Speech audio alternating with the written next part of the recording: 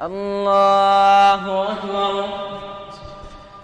الحمد لله رب العالمين الرحمن الرحيم مالك يوم الدين إياك نعبد وإياك نستعين اهدنا الصراط المستقيم صراط الذين أنعمت عليهم غير المغضوب عليهم ولا الضالين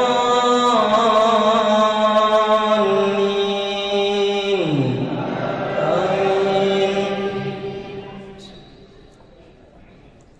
طاسين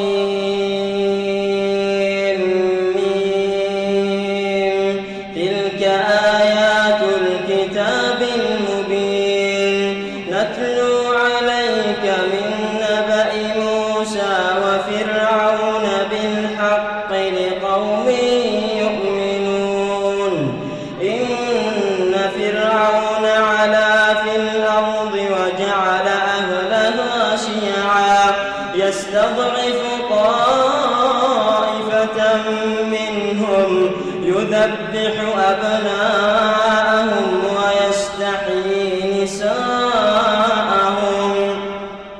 إنه كان من المفسدين. ونريد أن نمن على الذين استضعفوا في الأرض ونجعلهم أئمة ونجعلهم الوارثين ونمكن لهم في الأرض ونري فرعون وهامان وجنودهما منهم ما كانوا يحذرون. وأوحينا إلى أم موسى أن أرضعيه فإذا خفت عليه فألقيه في اليم ولا تخافي ولا تحزني إنا رادوه إليك وجاعلوه من المرسلين. فالتقطه آل فرعون ليكون لهم عدوا وحزنا إن فرعون وهامان وجنودهما كانوا خاطئين.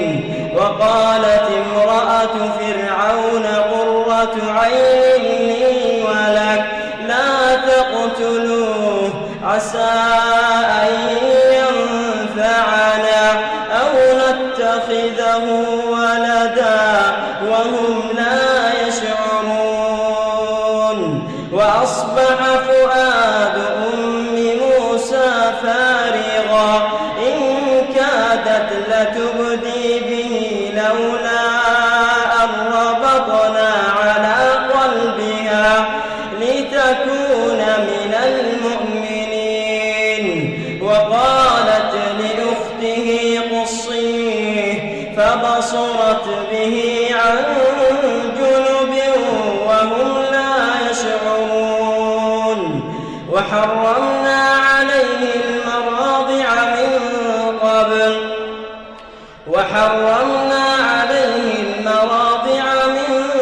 قبل فقالت هل أدلكم على أهل بيت يكفلونه لكم وهم له ناصحون.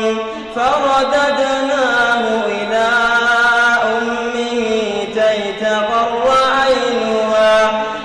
تقر عينها ولا تحزن ولتعلم أن وعد الله حق ولكن